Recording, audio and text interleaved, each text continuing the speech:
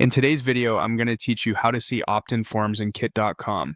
By the end, you'll know exactly where to find your forms, what each type means, and how to access the most useful details so you can make smarter marketing decisions.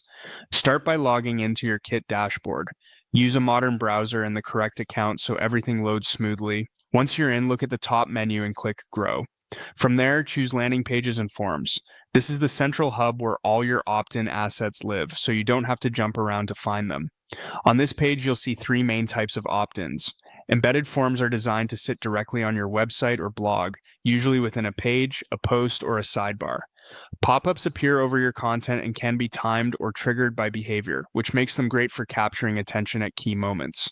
Landing pages are standalone pages focused on a single call to action, perfect when you need a distraction-free place to send traffic from ads, social posts, or emails. Next to each item, you'll notice subscriber counts and conversion stats. Subscriber count tells you how many people have opted in through that specific form or page. Conversion stats help you gauge effectiveness by comparing how many visitors saw the form to how many subscribed. Use these numbers to identify your best performers and spot forms that may need a clearer headline, stronger incentive, or a simpler layout. Click any form to open its details. Here, you can edit the design to match your brand style and ensure the message is clear and concise. You can change incentives or lead magnets, things like checklists, templates, or guides that motivate people to subscribe. A focused, high-value incentive typically converts better than something broad.